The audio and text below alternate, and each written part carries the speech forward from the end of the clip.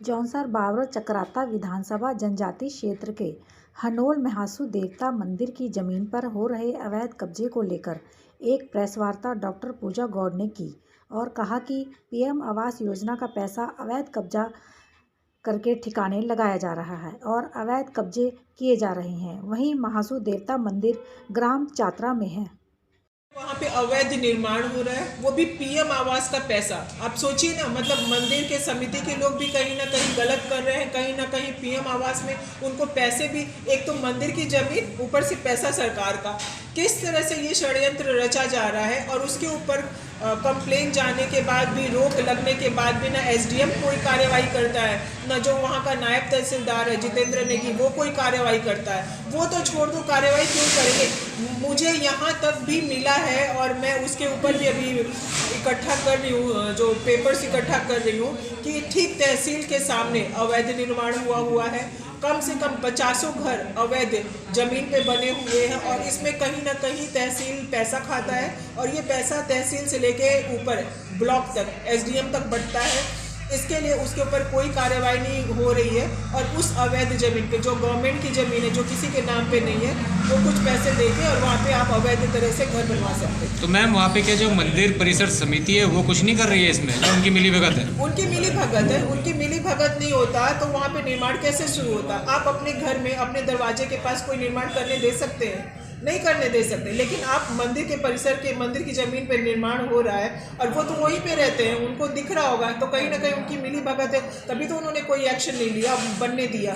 तो मैम ये जो निर्माण हो रहा है इससे लाभार्थी कौन होंगे? उनके ही लोग होंगे जो उसके जानने पहचानने वाले होंगे। उसमें प्रशासन और उनकी मिली भगत है। देखिए, ये सारा पैसे का खेल है, बाकी मैं कुछ नहीं। वो पैसे के सामने कोई अपना रिश्तेदार भी नहीं समझता, ये सारे पैसे के खेल है। आखिर ये क्या मजबूरी हो सकती है? मंदिर की जहाँ तक बात किया आपने, तो आप हनोल मंदिर का जिक्र कर रहे हैं और हनोल ग्राम पंचायत चात्रा के अधीन आता है। हाँ। चात्रा का आपने हाल ही में दौरा भी किया था और वहाँ पर जो वास्तव में जिनको आवास मिलने चाहिए वो तस्वीरें भी बहुत ही कुछ बयान करती है। तो बजाय उनको आवास देते हुए जिससे अच्छा वो मंदिर समिति की जगह पर बन रहा है। वही तो आप देखिए ना, चात्रा में मैं गई थी, ऑलमोस्ट चार महीने हो चुके हैं। आज तक डीएम से लेके, सीडीओ से लेके सब जगह पे एसडीएम के जाने के बाद न कोई कार्रवाई हुई, न कोई दौरा हुआ।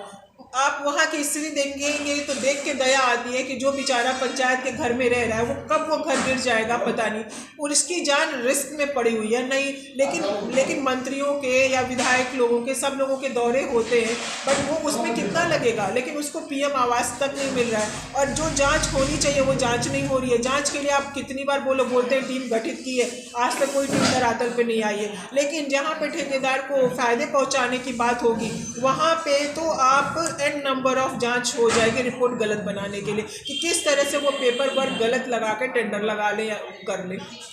मैम, आप क्या मानते हैं कि ये तमाम जो आरोप आप लगा रहे हैं, मनरेगा से लेकर जल जीवन मिशन से लेकर के, और आपने जो हनोल मंदिर परिसर में जो अवैध निर्माण से लेकर के, इस पर आपके आवाज़ उठाने के बावजूद भी कार्रवाई नहीं हो रही, तो आप इसको क्या मानते हैं?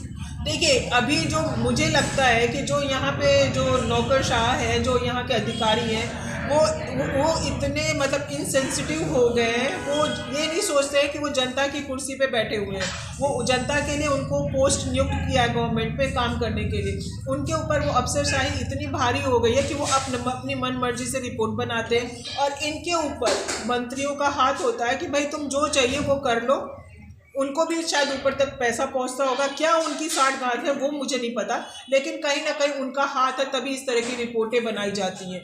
और ये बड़ा दुर्भाग्य है हमारे क्षेत्र का कि इतना सब कुछ सुनने के बाद, होने के बाद भी अगर जनता वापस उनको वोट देती है, ऐसे प्रतिनिधि को लाती है, तो सही में ही हम, ये उनकी नहीं हमारी कमजोरी, कहीं ना कहीं हमने आंखें बांध रखी है कि हमें बधुआ मजदूर जैसा बन के रहना है, हमें वही पीड़ा सहनी है और हमें फिर से उन्हीं लोगों को जिताना है। और 5 साल अभी तो आपने इतने सालों में देख लिया कि कुछ नहीं हो रहा है, उसके आगे जो स्थिति होगी ना, बद से बदतर हो जाएगी। मुझे तो लगता है कि अभी बहुत सही समय है कि आंखें खोलनी चाहिए। और ये इतना सारा करप्शन देख के कोई ऐसा जो थर्ड फ्रंट आ रहा है, मेरे हिसाब से वो भी काफ़ी अच्छा है कि अगर कोई तीसरा आता है जिसको हम लोग समझते हैं कि वो नेक है और वो भ्रष्टाचार के खिलाफ उसने आवाज़ उठाई है और इस तरह से आगे बढ़ सकता है, तो उसको कहीं ना कहीं लोगों को चुन के लाना चाहिए, मौका देना चाहिए। और जो ये पीढ़ी दर पीढ़ी चली आ रही है उसको जड़ से उखाड़ फेंकनी चाहिए, क्योंकि जब हमने उनको बनाया है तो उनको गिराने का भी हौसला रखते हैं। बट उसके लिए सब लोगों को एकजुट होना बहुत ज़रूरी है। Anil Dubey, Divya times India, Vikasnagar.